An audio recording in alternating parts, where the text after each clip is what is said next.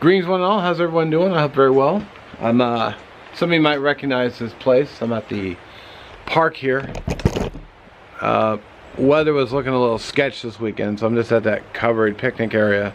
Gonna be doing some videos, actually maybe cooking something. Camera, tripod, come on.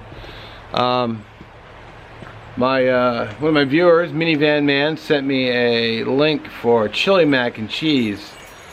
And I was a little late getting to the video because I just forgot. But anyway, it looked really good, so I decided to make it. So let's get to it. And if I can learn how to speak, come on, Mark.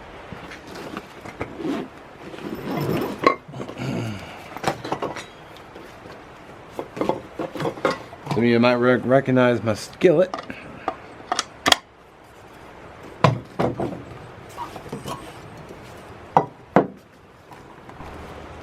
Alright, I feel like you guys have seen this setup enough that I don't have to sit there and put it together yet again for you. So to get this fired up, skillet going. Got slightly over half a pound of ground beef. Picked this up at the local store today. Actually on my way out here.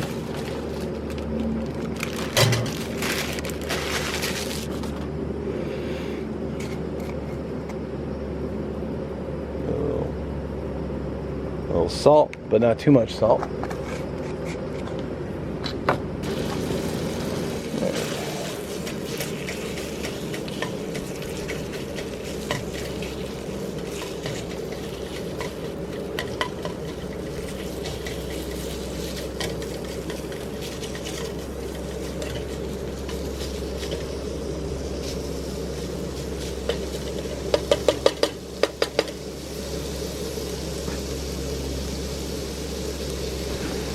Alright, so that's looking good enough. I'm going to go ahead and drain off some of this grease. And then I'll bring it back once I get this sucker drained. I was going to keep cooking, so I don't mind if it's a little rare, because it's going to continue to cook in the liquid. So I'm going to add a can of Rotel, diced tomatoes and green chilies.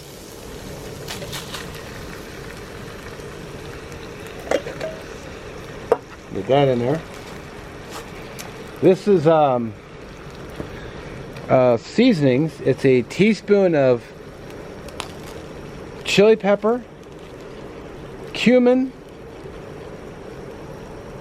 garlic powder, and then I didn't measure the black pepper, but I put black pepper in there too. I just used a I just kind of shake, because I grind my own black pepper, so I just ground it up in there. I didn't actually measure it though. I just opened the bag and ground it in there. Alright.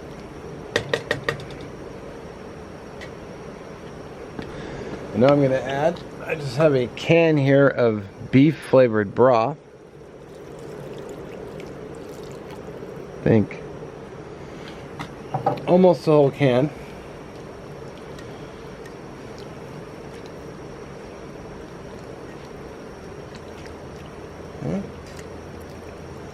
I want that to come back to a boil because I'm going to add the, this is about a little bit more than a cup of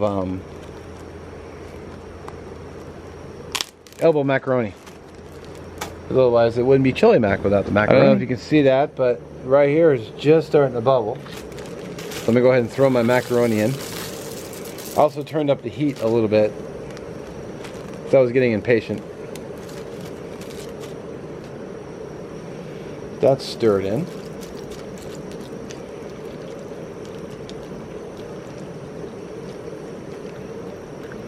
Now it should increase the size of the macaroni,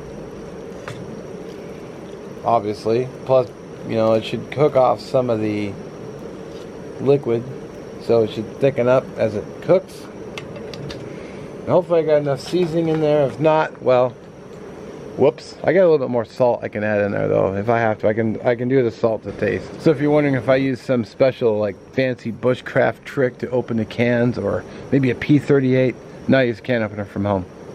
Spoiler.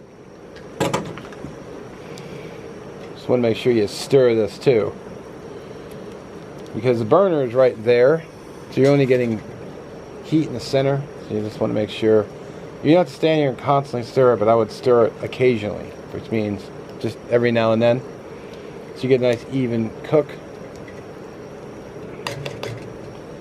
So.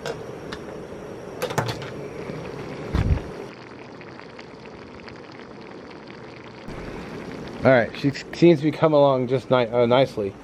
One thing I forgot to do is I forgot to look at the time, because the packaging of your pasta will tell you how long it takes to cook it. So if it says 10 minutes, it would have taken 10 minutes for it to boil, but I can just take one and taste it and see if it's done enough. You know what? It's really close. Also allows me to check for seasoning too. So.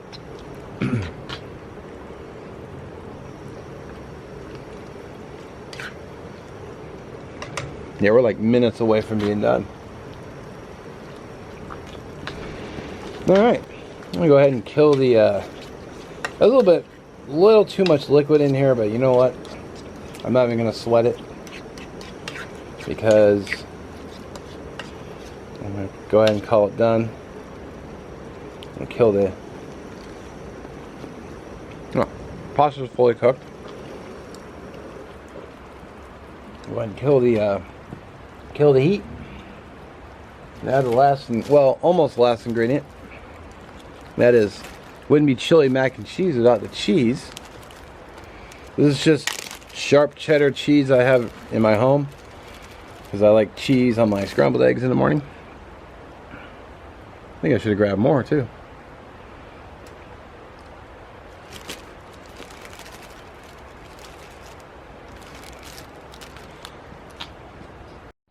Give you a nice close-up of how she looks. I think it's time to eat.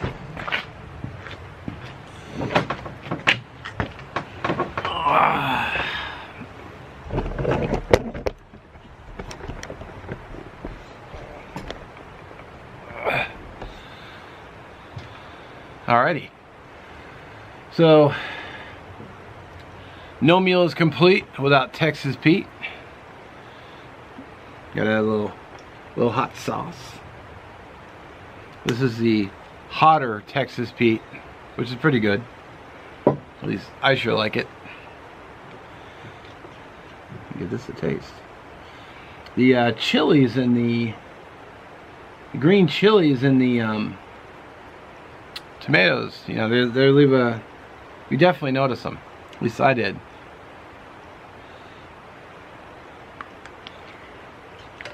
Hot.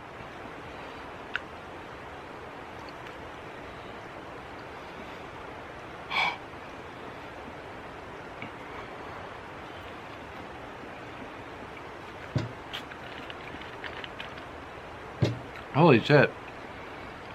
Temperature hot. Woo. Damn.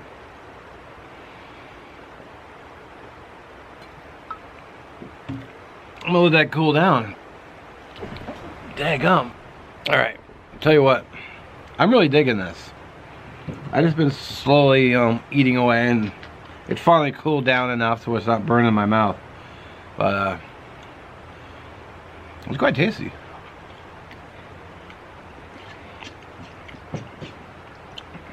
I thought maybe it was going to be a little too much liquid, but it's not really that bad.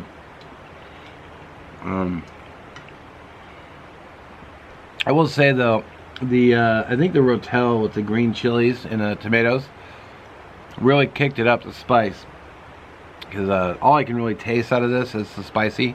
Not that I mind, but I think next time I just use a can of plain stewed tomatoes. You know, like I said, it's not that it's bad, it's just that it's, you know, all I can get is spicy. And it's really good though, but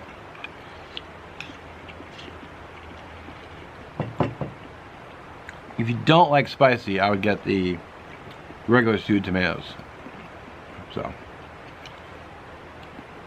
but yeah, it's good. I would make this again anytime. So, going to go ahead and close it there. Thank you for watching as always, and we'll catch you in the next one.